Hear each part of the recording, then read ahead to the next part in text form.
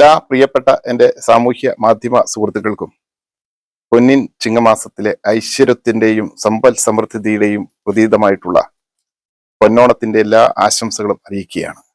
കാലത്തിന്റെ ചംക്രമണത്തിൽ വലിയ രീതിയിലുള്ള ശുഭാപ്തി വിശ്വാസം നൽകുന്ന ഈ ആഘോഷം മലയാളിയുടെ ഗന്ധമുള്ള ഏത് വ്യക്തിയും ലോകത്തിന്റെ ഏത് കോണുകളിലാണെങ്കിലും അവിടെ ഒരു ആഘോഷത്തിന്റെ തിമിർപ്പിലായിരിക്കും.